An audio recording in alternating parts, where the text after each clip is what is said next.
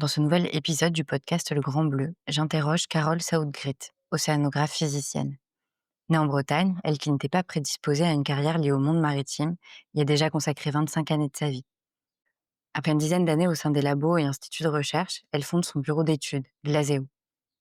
Dans cette interview, Carole revient sur ses travaux de recherche, et notamment sur le programme international Argo, qui permet de prendre le pouls des océans grâce au déploiement de plusieurs milliers de flotteurs. Elle explique comment ces 4000 flotteurs autonomes déployés par plus de 30 pays plongent à 2000 mètres de profondeur pour mesurer température, salinité, oxygène, pH et d'autres paramètres. Grâce à eux, la science a pu ouvrir le capot de la voiture et révéler la réalité. Réchauffement rapide de l'océan en surface et en profondeur, acidification accélérée, montée du niveau de la mer, etc. Au-delà des conclusions tirées de ces études menées sur les dernières décennies, Carole met en avant les moyens d'action et les leviers pour agir. De son côté, c'est par Océan Connecté qu'elle agit au quotidien auprès de publics variés. Océan Connecté est le premier média indépendant dédié à l'océanographie. Créé en 2021, il relie les sphères publiques et privées sur les questions maritimes, tout en s'adressant au grand public. Des efforts de vulgarisation et de communication nécessaires pour sensibiliser à l'environnement et à la santé des océans. Une interview pour décrypter un programme scientifique hors norme, pour revenir sur l'état de santé de nos océans et sur leur rôle, et pour appréhender les enjeux et les défis de la vulgarisation, sans oublier d'aborder le sujet de la place des femmes dans le secteur maritime. Un épisode qui nous transporte dans le monde scientifique, tout en retraçant le parcours d'une femme et de son lien à l'océan. Bonne écoute.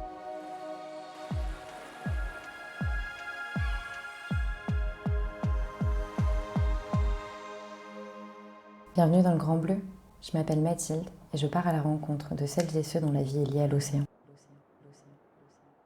Carole, merci beaucoup d'avoir accepté de faire cette interview du Grand Bleu. Avant de te présenter, est-ce que tu peux nous raconter une anecdote qui est un peu révélatrice de ton lien à l'océan? Alors, j'ai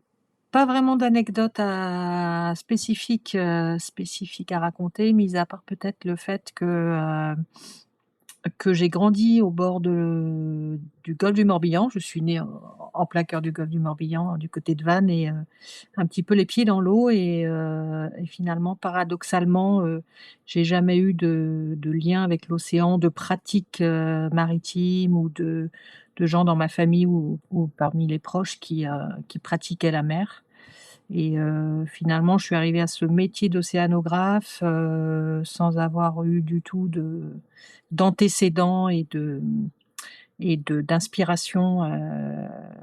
à aller vers ce métier-là. Donc c'est peut-être juste le paradoxe, mais c'est aussi important de montrer qu'on peut arriver à des métiers sans en les découvrant des fois soi-même et sans avoir de prédisposition ou de chemin prédéfini pour aller vers des métiers des fois un peu atypiques. C'est vrai. Et est-ce que tu peux, justement donc te présenter et nous dire comment tu en es arrivée à travailler, sur, tout ce qui est océanographie physique? Oui, donc je suis, Carole Southgrit, je suis ingénieure d'études en océanographie physique, depuis maintenant un peu plus de 25 ans. Et bien, mon parcours, c'est un parcours, principalement, scientifique puisque j'ai fait un baccalauréat général, en sciences, l'ancien bac C, donc plutôt option maths et physique. J'ai suivi ensuite, 2 années de classe préparatoire. J'ai rejoint ensuite l'université de Rennes pour suivre des études de physique générale et ce n'est qu'à l'issue de ce parcours de 4 ans qu'au cours d'un stage, en fait, j'ai découvert la physique des fluides et potentiellement ce lien qu'il pouvait y avoir entre, la physique, les mécaniques, des fluides et l'océan qui, évidemment quelque part quand même, m'attirait tout le temps et vers lequel, j'avais peut-être aussi envie de joindre ma pratique professionnelle et donc j'ai rejoint Brest pour, suivre un master 2, ce qu'on appelle aujourd'hui l'ancien DEA, diplôme d'études approfondies en océanographie, météorologie, environnement, qui m'a, formée à l'océanographie physique, et qui m'a permis de faire converger, voilà, cette passion des sciences avec, cette passion pour l'océan. Et justement, est-ce que tu peux expliquer ce que c'est que l'océanographie physique? L'océanographie, c'est une discipline, assez large qui se définit finalement par plein de disciplines puisqu'il y a différents champs. L'océanographie, c'est étudier la mer par les sciences et à l'intérieur de ça, on peut trouver, différents champs disciplinaires. Donc il y a les gens qui vont s'intéresser plus à la biologie marine, d'autres plutôt à la chimie marine, d'autres à la géologie par exemple et la physique, océanique. On va s'intéresser nous plutôt à la dynamique des océans et donc au fonctionnement, au mouvement dans l'océan et au fonctionnement dynamique, de l'océan, notamment tout ce qui est en lien avec, les mouvements de masse d'eau, et les propriétés physiques de la mer, donc principalement la pression, la température, la salinité qui font, et ben, la dynamique et les mouvements dans l'océan, de manière générale et on l'étudie, à l'échelle planétaire avec, plus ou moins, des sujets qui vont nous attirer soit vers le grand large, soit, plutôt vers les milieux côtiers et littoraux. Est-ce que tu as un exemple d'application concrète ou un projet sur lequel tu as travaillé? Maintenant qu'on a dit ce que c'était que l'océanographie physique, qu'est-ce que ça veut dire vraiment concrètement, en termes de projet, d'application dans la vie, dans la Crét vie réelle? Concrètement, je travaille, depuis de nombreuses années déjà sur, des données qui sont collectées en mer par les océanographes durant les campagnes océanographiques et qui sont notamment des données, collectées grâce à des flotteurs sous-marins autonomes, dans le cadre d'un grand programme international qui s'appelle Argo. Mon objet à moi, c'est à partir de ces données qui sont collectées en mer, qui sont transmises par satellite à terre sur nos ordinateurs, et ben, c'est d'aller, exploiter ces données-là, qui sont stockées dans des fichiers, informatiques, hein, sous un format mathématique et donc on utilise des logiciels et on va, faire des diagnostics océanographiques à partir de ces données. Déjà pour contrôler leur qualité, savoir si elles vraiment elles sont pas polluées par des problèmes, voilà, qui peuvent arriver sur des capteurs ou dans les mesures, qui sont faites en mer. Puisque c'est des flotteurs sous-marins autonomes, donc ça veut dire qu'une fois qu'ils sont déployés en mer, on n'a plus la main sur le fait de pouvoir les récupérer, tout de suite et donc on peut faire face, aux différents aléas, une fois qu'ils sont dans l'océan. Donc il faut contrôler la qualité des données pour s'assurer qu'elles sont de bonne qualité et qu'on peut en faire de la science et donc une fois qu'on a contrôlé leur qualité, on peut les exploiter scientifiquement et donc faire tout un tas de diagnostics, océanographiques qui vont nous permettre, eh ben, de suivre l'état de santé de l'océan et mieux comprendre justement sa dynamique et comment il fonctionne. Donc moi, mon travail, il est vraiment dans l'exploitation de ces données et dans le soutien à la recherche pour, pour pouvoir utiliser les données et toutes les mesures qui sont faites en mer, durant les campagnes. Pour, pour comprendre à quoi ça ressemble ces flotteurs-là, enfin, ils sont déployés comment? Et c'est des choses, du coup, que c'est des flotteurs qui sont en mouvement ou qu'on arrive à ancrer dans un endroit et du En fait, les flotteurs sous-marins autonomes, on les a imaginés à la fin des années 90, début des années 2000. Un moment aussi où la technologie nous a permis, de pouvoir les imaginer. Donc en gros, c'est des sortes de balises, des sortes de petites fusées, on va dire, qui font, un peu plus d'1,80 m de haut, entre 20 et 30 kilogrammes, suivant, ce qu'ils embarquent et donc c'est des engins qui sont équipés, de différents, outils. Donc d'abord un système de vessie qui va leur permettre de monter et descendre dans l'eau. Donc ils vont pouvoir, comme ça, monter de la surface, enfin descendre d'abord de la surface à 1 000 mètres de profondeur, puis aller encore plus profond jusqu'à 2 000 mètres de profondeur et pouvoir remonter à la surface, et nous ramener, tout un tas de données. Ils embarquent aussi un système de batterie évidemment pour pouvoir être autonomes une fois qu'on va les déployer, les jeter depuis les bateaux. Ils seront, en toute autonomie dans la mer, donc ils vont pouvoir, circuler et donc se laisser dériver au gré des courants marins qu'ils vont rencontrer. Et puis ils sont équipés de capteurs, donc des capteurs qui vont nous permettre de faire ces mesures de pression, de température, de salinité entre nos 2 000 mètres de profondeur et la surface. Et puis, sur leur tête, ils ont, une sorte antenne satellite qui va leur permettre d'envoyer toutes les données qu'ils vont mesurer, à bord jusqu'aux, ordinateurs, des scientifiques dans les laboratoires.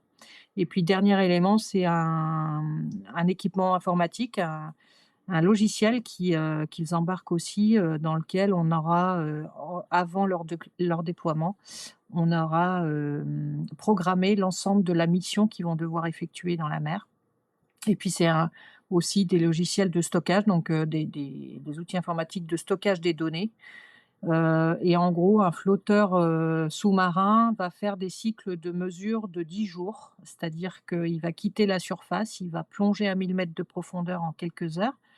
Une fois qu'il sera à 1000 mètres de profondeur, il va se laisser dériver durant à peu près 9 jours, au gré des courants marins rencontrés. Et puis au 9e jour, on lui demandera de plonger à 2000 mètres de profondeur et à ce moment-là, de remonter de 2000 mètres de profondeur jusqu'à la surface en quelques heures. Et là, en faisant une série de mesures, notamment de température et de salinité très rapprochées, jusqu'à remonter à la surface et nous envoyer, sur satellite l'ensemble des données qu'il aura fait durant ce cycle de 10 jours. Et une fois qu'il aura déchargé ces données, qu'il les aura envoyées au centre de données, à terre, il recommencera son cycle de 10 jours, donc il ira replonger à 1000 mètres de profondeur, il se relaissera, dériver durant 9 jours et il replongera à 2000 mètres de profondeur pour refaire ce qu'on appelle un profil. En fait, c'est un profil de mesure entre 2000 mètres de profondeur et la surface et c'est vraiment, ces profils, qui vont s'accumuler, au fur et à mesure des cycles et donc au fur et à mesure aussi de la flotte, de ces flotteurs sous-marins qui vont intéresser les scientifiques puisqu'ils vont nous permettre vraiment de mettre les océans, à découvert et de faire des mesures, en profondeur et en 3 dimensions. C'est quoi la durée de vie de ces flotteurs-là et il y en a combien dans les océans aujourd'hui qui sont déployés? Alors, la durée de vie, elle est établie par les constructeurs aux alentours de 5 années. Ça en pratique, depuis le début des années 2000 et la mise à l'eau de tous ces flotteurs, il y a des flotteurs qui font un petit peu moins que 5 ans, parce qu'ils ont des aléas rencontrés dans l'océan ou parce qu'on leur demande aussi de faire plus de mesures, par exemple des mesures plus rapprochées ou des mesures plus souvent qu'un cycle de 10 jours et il peut arriver que dans certaines zones, on demande à faire des cycles de 5 jours ou de 2 jours ou d'une journée. Donc plus le flotteur fera des cycles courts, plus il va pomper aussi de l'énergie de sa batterie et donc plus, sa durée de vie sera un petit peu raccourcie. Mais il y a aussi d'autres flotteurs qui ont des durées de vie beaucoup plus longues que ça et notamment moi j'en traite, régulièrement des flotteurs qui ont des fois 10, 12 ans de vie, et qui continuent encore de cycler donc voilà, c'est vraiment une durée de vie indicative et aujourd'hui on a plus de 4000 flotteurs qui sont actifs sur tous les océans du monde. Donc c'est un programme international en fait qui est né, fin des années 90 sous la houlette de plus de 30 pays qui se sont, mis d'accord entre eux pour dire, voilà, il faut qu'on ensemence tous les océans, de la planète. Donc on part de zéro, il faut en gros, on se répartisse le travail, on mutualise nos efforts et nos ressources et donc les différents pays se sont organisés pour que, on puisse mettre des flotteurs, sur tous les grands bassins à raison, entre 60° nord et 60° sud et pas trop près des côtes au démarrage parce qu'on ne voulait pas trop, prendre le risque de perdre du matériel, trop près des côtes, ni dans les zones polaires qui ont été aussi les premières zones, vers lesquelles on n'a pas forcément ensemencé de flotteurs sous-marins, Argo. Mais donc aujourd'hui, on a plus de 4000 flotteurs Argo qui sont actifs et qui, surveillent en fait, 7 jours sur 7 et sur tous les océans du monde, qui prennent le pouls, des océans et qui surveillent la santé des océans, grâce à toutes ces données collectées. Ce qui représente à peu près, on n'est pas loin de 3 millions de profils collectés en 25 années de programme aujourd'hui. Donc c'est une collecte, exponentielle et surtout, collecte qu'on n'a jamais connue en océanographie en termes d'observation à la mer. Oui, c'est aussi un bon exemple de collaboration, internationale scientifique puisque comme tu dis, il y a plus de 30 pays qui sont, dans ce projet-là et du coup, enfin, comment ça s'organise? Je veux dire d'avoir autant d'acteurs qui sont liés à ce projet-là et toi, comment tu t'insères plus personnellement, au sein du projet Haricot? Alors j'ai envie de dire que ça s'organise comme s'organise la recherche scientifique, de manière assez, générale. C'est-à-dire qu'il y a des groupes de travail, il y a des gens qui travaillent plutôt sur les données justement, il y a d'autres gens qui vont travailler plus sur l'instrument et la technologie. Il y a d'autres personnes qui vont travailler vraiment sur l'exploitation scientifique et la recherche, associée avec, le processus qui va aller, jusqu'à la publication scientifique. Mais j'ai envie de dire que c'est pas les uns sans les autres, c'est-à-dire que c'est des chaînes en fait de métiers et c'est des chaînes de collaboration. Il y a des colloques internationaux qui sont organisés, à minima une fois par an pour que les gens, se retrouvent, fassent aussi, des retours d'expérience et des une sorte d'état des lieux de l'avancée des travaux. Et puis il y a sans cesse en fait des échanges, entre les équipes et entre les différentes, entités pour que, justement et ben, des problèmes, technologiques rencontrés soient partagés aussi avec, les équipes qui s'occupent plutôt des données, et les équipes, scientifiques, évidemment sont toujours, en lien avec, les différents acteurs, de la communauté pour, aussi partager les connaissances et faire en sorte que, bah, qu'il y ait aussi, au sein du programme une dynamique, de déploiement. C'est-à-dire au départ, on est parti de zéro, donc il fallait déployer assez massivement et commencer à couvrir, l'ensemble des océans de la planète, sachant qu'au départ du programme, il s'agissait d'essayer de mettre un flotteur au moins dans chaque maille, de 3 degrés de latitude par 3 degrés de longitude, puisqu'on partait de zéro. Donc ça fait déjà quelques années qu'on fait attention aussi à déployer, pas n'importe où et à essayer surtout de combler peut-être des endroits où il y aurait moins de flotteurs ou bien où il y a des lacunes, de flotteurs parce qu'il y a du matériel qui a cassé ou des flotteurs qui sont devenus inactifs dans certaines zones et donc on va se donner aussi la priorité de déployer dans des zones, d'intérêt et dans des zones, où il y a besoin de déployer. Donc il y a un organisme général qui s'appelle, Ocean Observation qui est piloté par l'UNESCO, puisque ce programme en fait est aussi, piloté par l'UNESCO et donc cette cellule qui est basée à Brest de, je sais plus 5 ou 6 personnes, est chargée justement de la coordination des moyens à la mer, de la coordination des stratégies de déploiement et de faire en sorte que cette communauté internationale travaille ensemble et puisse, travailler en toute logique et avec une grande efficacité. Et mon rôle dans tout ça, moi je suis un maillon de la chaîne, on va dire dans plutôt la communauté des gens qui travaillent autour de la donnée et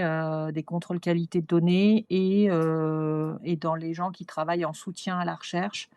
puisque je suis aussi, évidemment en lien avec les équipes de recherche pour le volet, des publications. Et puis je participe aussi, au travers de mon travail de partage de la connaissance à la diffusion des connaissances et au partage, de justement de toutes ces activités pour essayer qu'elles soient mises en valeur et qu'elles soient, mises aussi à la connaissance, non seulement des décideurs mais aussi du grand public. Oui, bah, on va revenir sur tout ce volet Elan avec Océans Connectés, le média que tu as créé. Mais, avant ça, je voudrais juste savoir, donc tu sais que ces flotteurs, c'est un peu ça permet de prendre le pouls des océans. Qu'est-ce qu'ils nous ont permis d'apprendre sur les 25 dernières années sur, bah, l'état des océans, j'imagine aussi le rôle que les océans tiennent dans le changement climatique et cetera? Ouais. Alors, c'est vrai que ces flotteurs sous-marins et ce grand programme Argo, c'est une vraie révolution dans la connaissance océanographique puisque c'est la première fois qu'en gros, on ouvre le capot de la voiture et qu'on voit les océans en 3 dimensions. On avait jusqu'ici les données satellitaires qui nous permettent de voir les océans en surface, qu'on continue évidemment de déployer et d'utiliser. Les données, par satellite sont extrêmement cruciales aussi pour suivre, la santé des océans. Mais les données Argo et toutes les données, d'observation à la mer, qui sont faites grâce aux campagnes nous permettent en fait de surveiller et de comprendre la réponse de l'océan, notamment au changement climatique. Donc ça nous a permis notamment de comprendre que enfin de voir surtout que la température des océans, se réchauffe, au fur et à mesure que l'on réchauffe l'atmosphère, forcément l'océan absorbe, une grande partie de cette chaleur. On estime que l'océan a absorbé plus de 90 de l'excès de chaleur, dû aux activités humaines et qui entraînent le réchauffement climatique, tel qu'on le connaît aujourd'hui. Donc ça veut dire que l'océan, il est modérateur du changement climatique puisque c'est grâce à lui bah, qu'on continue de vivre avec une température supportable parce qu'il a absorbé une grande partie de l'excès de chaleur, alors on estime aussi que l'océan a absorbé plus d'un quart du CO2, rejeté, dans l'atmosphère, mais c'est pas sans conséquence sur son propre état de santé aussi. Donc la température de surface des eaux océaniques, a augmenté, On estime à peu près, 0,9 degrés dans les océans, en moyenne. Et de fur et à mesure, grâce aux flotteurs Argo, on observe que la température des océans augmente, pas seulement en surface, mais de plus en plus vers les profondeurs. C'est-à-dire que cette chaleur, elle est en train de progressivement, diffuser, de la surface vers le fond. Au fur et à mesure que l'océan se réchauffe et que l'atmosphère surtout se réchauffe, l'océan capte cette chaleur et l'entraîne vers les plus grandes profondeurs. Donc ça, entraîne aussi des conséquences sur, la capacité des eaux à capter l'oxygène, notamment les flotteurs Argo et la dernière génération des flotteurs Argo qu'on appelle des flotteurs biogéochimiques permettent de mesurer, différents paramètres, au-delà de la physique justement, température, salinité. On mesure aujourd'hui, l'oxygène, le pH, la chlorophylle, les nitrates, tout ce qui est de l'ordre en fait des propriétés, biogéochimiques de la mer. Et on s'aperçoit que, il y a des zones de plus en plus de désoxygénation, donc des zones où l'océan perd de l'oxygène, sous l'effet de ce réchauffement climatique. Et puis, qu'il y a ce phénomène d'acidification qui est en train de galoper. Les mesures de pH confirment que, l'acidité dans l'océan, est en train de aussi faire des dégâts, notamment sur la biologie marine et sur certaines espèces marines. Et puis dernier élément, peut-être, c'est le niveau de la mer qui augmente. Ça, c'est aussi des constats qu'on avait, obtenus grâce aux données satellitaires et qu'on continue de suivre grâce aux données satellitaires et à différents réseaux d'observation, notamment les marégraphes près des côtes, mais qu'on arrive aussi à mesurer et à quantifier, de plus en plus précisément grâce aux données Argo. Donc voilà, c'est un ensemble en fait de paramètres, qui font que scientifiques, tirent la sonnette d'alarme depuis de nombreuses années sur un océan qui est, en mauvaise santé et dont la santé se dégrade sous la pression des activités humaines et sous l'accélération du réchauffement climatique. Sans parler des zones polaires qui sont aussi évidemment, de plus en plus, surveillées et scrutées, grâce aux flotteurs Argo qu'on commence aussi à déployer un petit peu plus vers les zones polaires, un peu plus vers les zones littorales et notamment aussi un peu plus profond parce qu'on s'est aperçu qu'il y avait, toute cette chaleur qui se diffuse vers les profondeurs. Il y a environ 15 de l'excès de chaleur qu'on estime, être contenu au-delà des 2 000 mètres, donc plutôt aux alentours de 2 000-4 000 mètres de profondeur. Et donc il y a toute la nouvelle décennie qui s'ouvre pour essayer de tenter de déployer, des flotteurs Argo plus profonds que 2 000 mètres de profondeur pour aller justement faire ces mesures, d'excès de chaleur, vers les fonds, les grands fonds marins. Cette dégradation de la santé des océans du coup, sur cette vingtaine d'années, tu vois il y a une accélération sur les dernières années ou c'est plutôt quelque chose de linéaire? Non, c'est clairement une accélération, surtout depuis les années 80, mais surtout, on va dire depuis, la les 2 dernières décennies, on a des flotteurs Argo, donc ça fait pas non plus si longtemps que ça, si on regarde à l'échelle des études scientifiques et des phénomènes naturels. Mais c'est suffisant pour nous permettre de reconstruire le passé, parce que grâce à ces données, quand on les couple aux données satellitaires et surtout qu'on intègre toutes ces données-là dans les modèles numériques, on peut reconstruire le passé, c'est-à-dire on peut essayer de voir, dans les 30 dernières années ce qui s'est passé et on confirme que, ce qui s'est passé il y a 30 ans, on arrive à le retranscrire et on arrive à revoir, les phénomènes qui se sont passés et donc ça nous permet en fait de faire des projections pour l'avenir et ça nous permet de donner des messages plutôt clairs sur les prévisions avec des barres d'erreur plutôt réduites grâce aux observations qui sont faites en mer parce que les observations, elles viennent affiner les prévisions des modèles. Et ce qu'on constate clairement, c'est une accélération depuis, les dernières décennies, notamment Argo, de ces phénomènes d'augmentation de chaleur, d'augmentation de température, d'augmentation du niveau de la mer, d'accélération de l'acidification. Les vagues de chaleur marine, par exemple, c'est des sortes d'incendies sous-marins qui arrivent aussi sous l'effet de ces surplus de chaleur et on estime qu'elles ont doublé depuis les dernières décennies. Donc c'est aussi des chiffres qui alarment et qui font qu'on constate clairement l'accélération des phénomènes, depuis ces mesures Argo notamment. Il y a donc effectivement de plus en plus de discours pour alarmer sur la santé des océans et en préparant cette interview, donc j'ai lu un peu les interviews que tu avais pu faire ailleurs et cetera. Il y a une phrase que tu as dit, «Pour respecter l'océan, il faut apprendre à le connaître». Et tu es très investie dans tous ces travaux de sensibilisation, vulgarisation et communication. Heu, Pourquoi c'est aussi important pour toi tout ce volet-là et comment tu en es venue aussi à agir sur toute, cette partie sensibilisation? Alors la phrase, c'est une phrase d'Erik Orsena, qui OK. dit que pour respecter, il faut aimer et pour aimer, il faut connaître. Ça va pour l'océan comme ça va pour, j'ai envie de dire, tout à chacun, les relations avec son prochain, c'est vrai que pour aimer quelqu'un, il faut le respecter et pour le respecter et pour l'aimer, bah, il faut apprendre à le connaître. Et il en va pareil pour l'océan. En fait, je pense que c'est mon parcours d'une part, qui m'a amené du milieu académique des laboratoires au milieu entrepreneurial depuis, un peu plus de 18 ans maintenant. C'est le changement géographique puisque j'ai quitté Brest et j'ai rejoint Nantes, depuis aussi, plus de 15 ans maintenant et donc c'est d'autres territoires et d'autres populations et d'autres, rencontres qui m'ont amené à observer que ce métier d'océanographe et peut-être le lien vers l'océan était pas le même.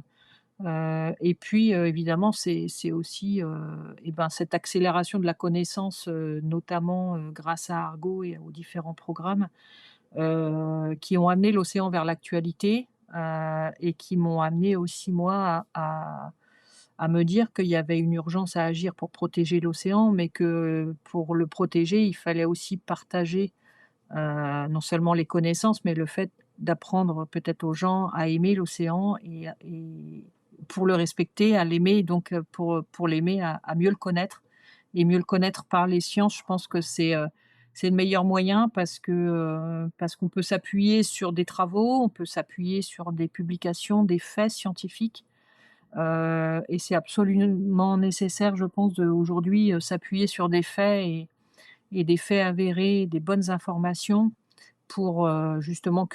cultiver les gens et partager la connaissance plutôt que de s'appuyer sur une émotion et sur le fait de se dire: «Oh là là, c'est une catastrophe, il se passe plein de choses» et donc soit ça va me faire peur et ça va me faire reculer, de l'objet, soit, bah, ça va simplement m'empêcher d'agir parce que finalement je ne sais pas comment faire. Ou ça va peut-être me faire, dire que, bah, non, tout ça, c'est des foutaises et finalement, m'empêcher d'agir en me disant que ça repose sur rien. Alors que si on met la science au cœur de ce processus d'éducation et de sensibilisation,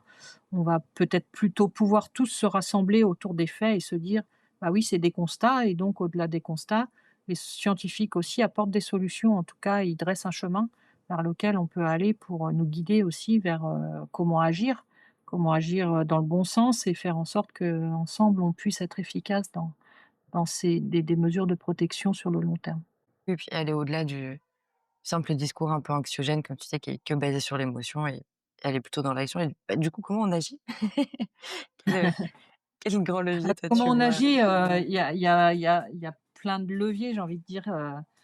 pour agir. Il y a plein d'échelles déjà pour agir. On peut agir en tant que citoyen, on peut agir en tant que décideur, on peut agir en tant que chef d'entreprise, on peut agir en tant qu'entité, État et institution. Hem, les rapports du GIEC notamment sont là pour, depuis plus de 30 ans, hein. Ils font un état de l'art un petit peu de la connaissance scientifique et surtout ils essayent de dresser, l'ensemble des solutions que la science, montre. Donc comment agir? On ne peut pas résumer en une phrase comment agir, mais en tant que citoyen, bah, de toute façon, le réchauffement climatique est dû aux activités humaines et à nos émissions, d'énergie fossile. Donc le premier levier, c'est d'essayer, de faire en sorte de réduire l'ensemble de ces émissions pour, bah, pour faire en sorte d'arrêter la machine, hein, tout simplement, du réchauffement. Donc tout ce qui va être de l'ordre des mobilités douces, de moins consommer d'énergie fossile, sur tous les niveaux, de moins polluer, bah, ça va permettre d'aller vers cette direction-là. Donc c'est ce qu'on appelle l'atténuation, c'est-à-dire qu'on va essayer d'atténuer la cause, du problème et faire en sorte de réduire, ben, la source. Et puis, après il y a toutes les solutions d'adaptation, c'est-à-dire qu'on sait qu'aujourd'hui, le réchauffement climatique, il est déjà en marche. Les conséquences, elles sont visibles, notamment sur les phénomènes extrêmes de précipitations, de grandes sécheresses, d'inondations, de plein d'événements qui se produisent. Et donc aujourd'hui, c'est comment on va adapter les populations, notamment les plus vulnérables, hein. C'est sûr que les populations, qui habitent près des côtes, les populations, peut-être les moins riches ou qui ont le moins la capacité de moyens de s'adapter, ben, il va falloir peut-être plus les protéger justement. Et donc comment on va pouvoir, faire en sorte de s'adapter ensemble face à un niveau de la mer qui monte, face à des périodes de canicule, face à des périodes de stress hydrique ou des problèmes de ressources et d'alimentation qui vont, nous toucher tous, directement ou indirectement et dont on sait qu'elles ne vont faire que s'amplifier au fur et à mesure que les années passent et qu'on a tout intérêt à trouver ensemble des solutions, donc à l'échelle de sa maison, à l'échelle de son village, à l'échelle de sa commune, à l'échelle de sa région, à l'échelle de son pays et puis à l'échelle, Europe et internationale. Parce qu'il faut aussi, peut-être que les plus aisés aident, ceux qui sont, plus en développement et qui ont besoin de aussi plus, s'outiller et qui vont être aussi des populations plus à risque parce que les populations les plus vulnérables sont pas forcément, les populations qui sont déjà dans des pays développés, mais au contraire, les populations, qui sont plus dans des pays en voie de développement pour être, les plus impactés par ce dérèglement climatique et par un océan en mauvaise santé. Tout à fait. Et je voulais revenir aussi sur toi, enfin, du coup, sur le média que tu as créé, Océan Connecté. Heu, comment tu en es arrivée justement à fonder ce média? Et ben, en fait, j'ai fondé Océan Connecté, c'est une idée qui a germé en 2015-2016 quand j'ai quitté Brest pour venir sur Nantes. Je suis passée du milieu académique au milieu entrepreneurial, donc en fait, ça m'a amenée à plusieurs constats. Le premier constat, c'est qu'il y avait pas ou peu de liens, en tout cas pas assez de liens entre le milieu académique, de la recherche océanographique et le milieu, notamment des entreprises, le milieu plus privé, on va dire. Et pourtant, il y a un besoin de connexion, c'est-à-dire qu'il y a énormément d'innovations, de start-up innovantes et de projets qui naissent, notamment dans le milieu des entreprises. Et il y a un milieu académique qui est, un peu qui fait avancer les connaissances scientifiques et qui a sans doute aussi besoin d'avoir, de l'innovation, de la technologie et un lien aussi de connexion vers ces entreprises. Et puis des entreprises qui ont besoin aussi d'avoir, accès à la connaissance académique et à la connaissance scientifique pour mieux avancer aussi dans la mise en place de, bah, justement de développement, ou technologique ou de solutions. Et que c'est pas l'un sans l'autre qu'on pourra aussi avancer vers la mise en place concrète des solutions. Donc ça, c'est le premier constat. Le second, c'est qu'en tant que chef d'entreprise aussi, j'ai été au fur et à mesure des années de plus en plus sollicitée par des jeunes, notamment des étudiants, des jeunes qui sont soit dans les filières maritimes, soit pas forcément, mais qui cherchent à avoir accès à soit cette connaissance, académique et à savoir qui fait quoi dans les laboratoires, dans les institutions, mais aussi avoir accès aux entreprises, aux différentes opportunités professionnelles qui peuvent exister. Et je me suis dit qu'en fait, il manquait peut-être d'un maillon de connexion entre, bah, cette sphère académique, cette sphère, privée entrepreneuriale et cette sphère aussi, de jeunes étudiants ou en début de carrière professionnelle et qui avaient peut-être là aussi un besoin d'un maillon de connexion entre ces 3 types d'acteurs. Et puis, finalement, le troisième constat, je pense, c'est que moi, j'ai été témoin de cette révolution Argo et de cette révolution de la connaissance scientifique sur les océans. Parce que voilà, je suis arrivée au moment de la naissance d'Argo, au début de ma carrière professionnelle et j'ai vraiment participé de cette, avancée, technologique et qui a permis d'avancer vers une mise à découvert des océans et de leur fonctionnement et au fur et à mesure, le fait qu'on parle de plus en plus des océans dans l'actualité parce que les scientifiques avaient ce message à faire passer que, bah, que le réchauffement climatique impacte la santé de l'océan et qu'il est nécessaire de le protéger. Et donc je me suis dit que c'était, urgent de partager ce message et qu'il n'était pas assez fort quand c'était, un peu porté comme ça par les institutions, parce que chacun y va de sa communication, mais que finalement, pour les citoyens lambda ou les décideurs qui ne connaissent pas ces institutions ou le milieu, de l'océanographie, ça peut être complètement transparent et qu'il manquait peut-être d'un chapeau global, un hub un peu plus transversal qui permette de rassembler tout le monde pour porter plus haut la voix de l'océan et faire en sorte qu'on sensibilise plus efficacement à cette urgence d'agir pour protéger l'océan. Donc c'est comme ça que cette idée,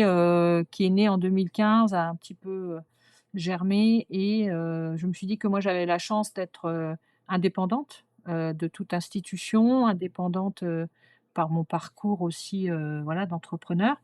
et que pourquoi pas, j'aurais cette chance de pouvoir connecter les gens et faire en sorte de rassembler tout le monde autour d'un maillon, médiatique puisque, après Covid, en 2020, je me suis dit que voilà la seule, effectivement, transformation possible de cette idée pourrait être d'en faire une plateforme numérique, un média de connexion, et de partage des connaissances scientifiques, vers le plus grand nombre. Donc c'est comme ça qu'est né Océan Connecté. Comment tu fonctionnes au journal? Comment enfin, les contributions, elles viennent du coup à la fois de ce milieu, plutôt académique, scientifique, enfin public et du secteur privé? Heu, Ouais, effectivement, les contributions, elles peuvent venir, des chercheurs directement, des travaux qui sont faits, par les scientifiques. Puisque notre démarche, nous, c'est vraiment de partir de la science, donc ce qui se fait dans les labos, ce qui se fait dans les publications, des résultats obtenus, des projets en cours, des campagnes à la mer éventuellement quand il y a de l'actualité en mer. En gros, de mettre en lumière les hommes et les femmes qui font la science et les résultats, ou les projets sur lesquels ils travaillent. Donc ça peut être en effet des contributions qui directement nous arrivent parce que, des chercheurs ou des scientifiques ont envie de partager, leurs activités. Mais c'est aussi beaucoup de veille de notre part, parce qu'on essaye de justement faire une veille sur ces différents sujets. Notamment l'océanographie physique est beaucoup moins partagée en termes de vulgarisation, sans doute parce que c'est peut-être plus difficile de parler de la physique des océans que de parler de la biologie et des tortues marines, par exemple, qui tout de suite parlent, à chacun. La physique des océans est sans doute une des disciplines de l'océanographie un peu moins partagée, donc on fait beaucoup de veille, on fait beaucoup de recherches sur des sujets en cours, on regarde aussi les différentes publications qui sortent ou qui sont sorties ou qui mériteraient d'être mises en lumière. On travaille, avec une équipe de rédaction d'une part qui va être chargée de rédiger les articles et un comité éditorial, d'une dizaine de membres qui accompagnent aussi le développement du projet et donc on se réunit en visio principalement, tous les trimestres pour, discuter des projets éditoriaux, discuter des différents projets à venir, des différentes thématiques, dont on n'aurait pas forcément assez parlé ou dont qui mériteraient d'être mises en lumière, progressivement et puis on affine les formats, c'est-à-dire qu'on fait des articles au quotidien, toutes les semaines, à peu près 2-3 articles par semaine. On essaye de partager les opportunités professionnelles pour les jeunes, que ce soit des stages ou des, opportunités de contrats et puis on essaye, sur cette plateforme de partager des opportunités d'agenda, pour que les gens puissent se connecter à des événements, soit proches de chez eux, soit en distanciel, soit, un peu plus loin parce que ça les intéresse, tout ce qui va attirer la curiosité de tout un chacun, avec des niveaux aussi de connaissances, c'est-à-dire on peut partager des fêtes de la science par exemple qui vont être des moments très grand public, comme on peut partager des colloques scientifiques, plus, destinés à des initiés en océanographie. Donc on essaye de partager, voilà, un peu d'événementiel et puis on essaye de mettre à disposition des ressources, éducatives, culturelles, pédagogiques pour que justement, tout un chacun puisse aussi, avoir un certain nombre de ressources à disposition pour agir, soit à l'échelle de son association, à l'échelle de son quartier, à l'échelle de son entreprise ou à l'échelle de soi-même, enfin de différentes, activités, par exemple scolaires. L'objectif de cette plateforme, c'est d'essayer de rassembler, de mettre en lien, en fait, les gens et de faire en sorte qu'il y ait de l'action, en fait, collective. mmh, Très beau projet. Je me dis que ça doit être difficile de savoir où placer le curseur sur, le ton scientifique, la vulgarisation et puis mais je pense qu'il y a aussi cette difficulté à vulgariser puisque quand on est scientifique, on a envie de vraiment genre expliquer tel que c'est, alors que tel que c'est parfois assez compliqué, notamment je pas l'océanographie Là, je physique, je pense que confirme, c'est je confirme que voilà. c'est un vrai exercice et que c'est pas du tout le même logiciel, en fait. Pour les scientifiques, il importe vraiment de donner tous les détails presque de, la question scientifique au démarrage, les hypothèses qui sont faites, les données qui sont utilisées, la méthode qui a été utilisée pour répondre à la question, les résultats de cette question-là et les perspectives que ça ouvre. Ça, c'est la démarche scientifique. Pour le journaliste et pour,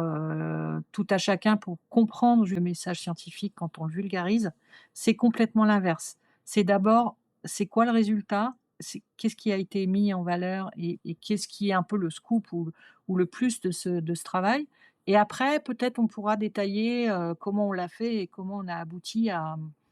ce résultat-là en donnant plus ou moins de détails.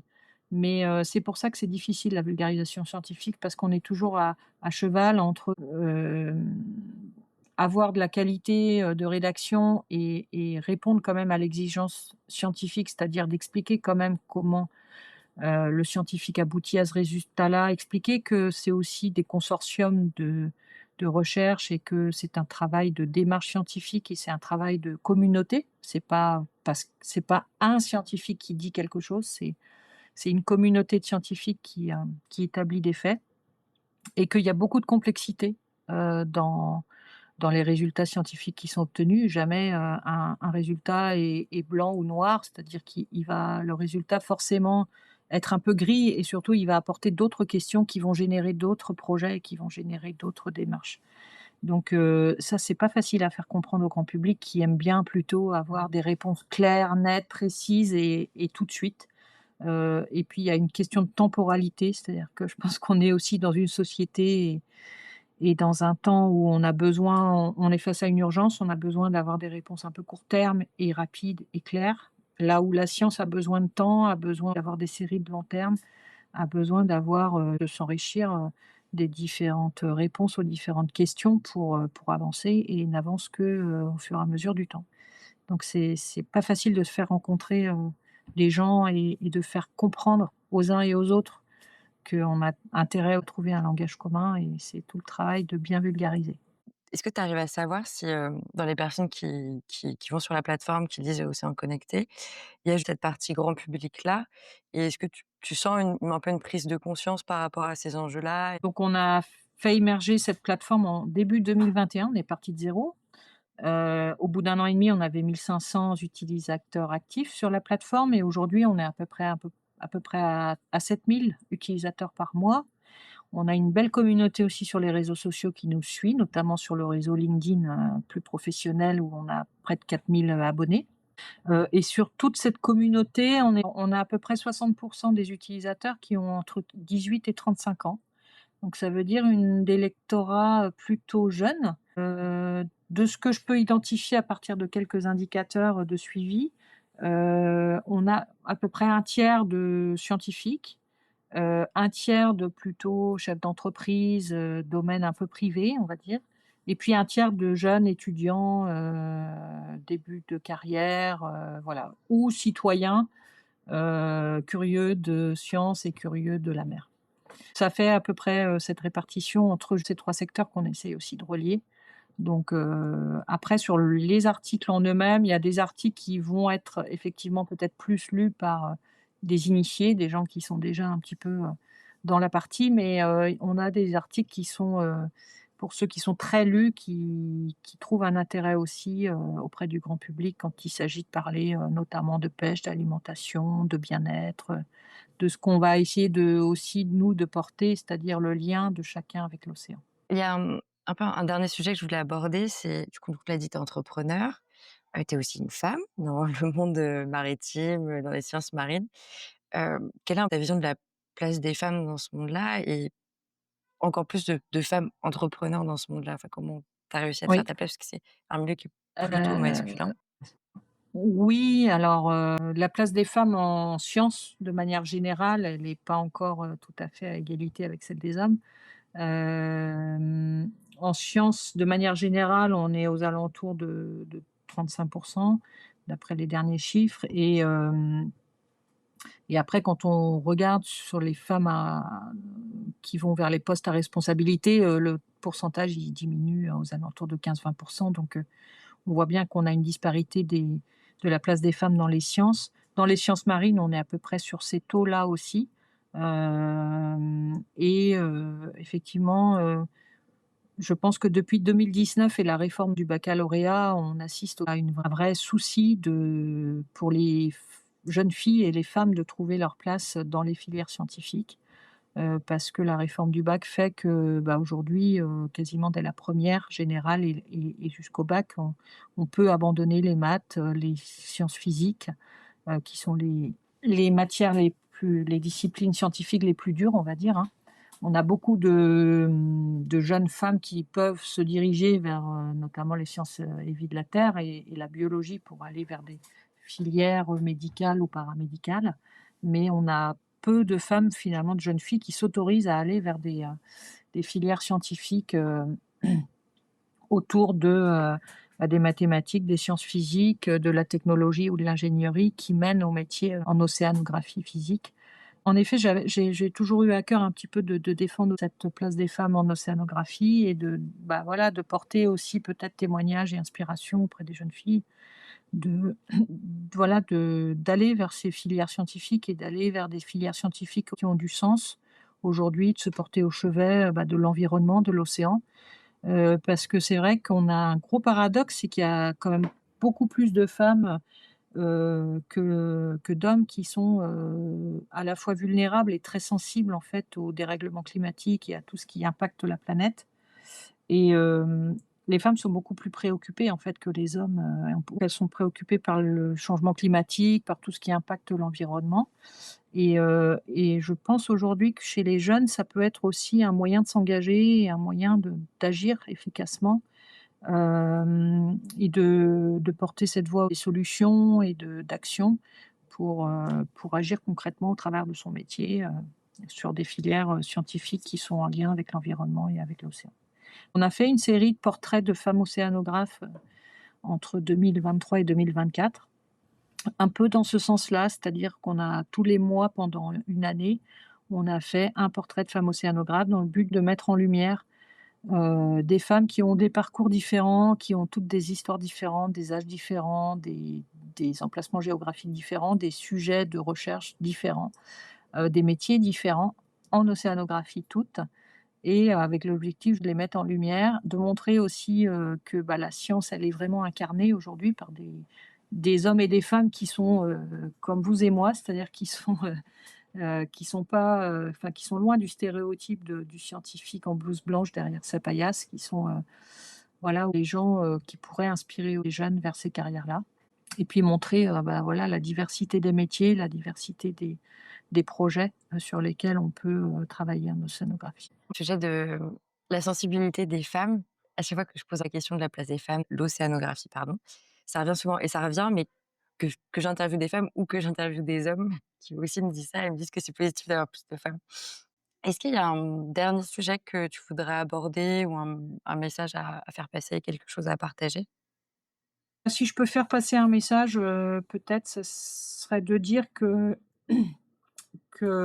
en fait, il y a pas de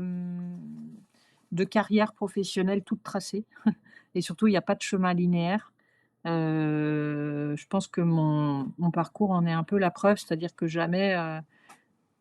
je pense il y a quand j'étais sur Brest en océanographie en laboratoire, jamais j'aurais imaginé un jour, entreprendre, créer mon entreprise, créer ensuite une deuxième entreprise. Hem Et peut-être que, en fait, c'est les aléas de la vie, des rencontres humaines, des changements géographiques, des découvertes de projets qui font qu'au fur et à mesure, on s'aligne aussi avec ce qui nous anime, c'est-à-dire, notre passion et notre envie de faire, et d'apporter notre pierre à l'édifice, global. En tout cas, c'est comme ça que je conçois le fait de travailler aujourd'hui et de faire un métier qui soit aligné aussi avec, ses envies et sa passion et qu'on soit homme ou femme, il ne faut pas s'interdire, tout ça et peut-être le message qu'il faudrait repasser, notamment auprès des jeunes qui pourraient être, inquiets de cette période d'un petit peu d'instabilité, de bouleversement, voilà, le meilleur, sans doute remède à tout ça, c'est de s'aligner avec son envie d'agir et puis se mettre en lien, se connecter les uns aux autres et il y a que par la solidarité et le partage qu'on pourra, réussir en fait à agir et à transformer cette inquiétude en innovation et en action. Donc, c'est peut-être, ce dernier message qui pourrait, être la conclusion de cette interview. C'est un beau message en tout cas. Merci. Une toute dernière question pour finir, c'est est-ce que tu as une recommandation de lecture ou de documentaire ou de film ou autre, à partager? Oui, il y a, un grand scientifique, qui nous a quittés il n'y a pas si longtemps que ça, qui s'appelle Hubert Reeves, qui m'inspire beaucoup parce qu'il a sorti un petit bouquin, dont on n'a pas forcément entendu beaucoup parler, qui s'appelle «La mer expliquée à nos petits-enfants», qu'il a fait avec Yves Lancelot. Un tout petit bouquin de poche qui coûte pas très cher, mais quand on le lit, en fait, c'est un dialogue entre grands-parents et petits-enfants autour de la planète, des étoiles, mais aussi de l'océan, de ses mouvements, du rôle aussi, du lien que chacun peut avoir avec l'océan. Et je trouve ça,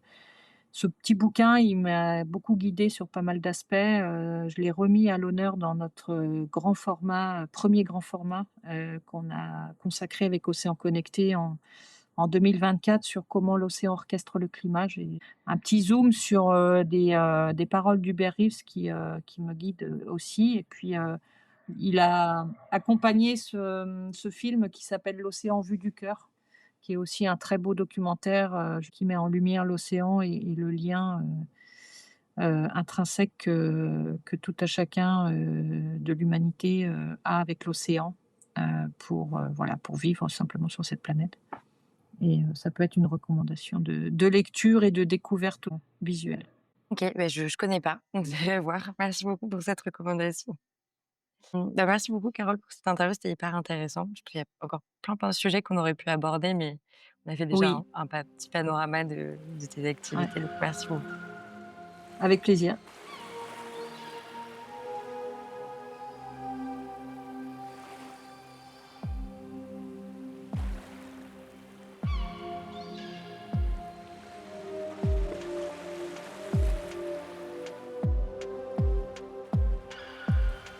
Merci d'avoir écouté Le Grand Bleu, le podcast qui interroge les liens entre humains et océans. Si cet épisode t'a plu, n'hésite pas à l'aimer, le partager et à t'abonner.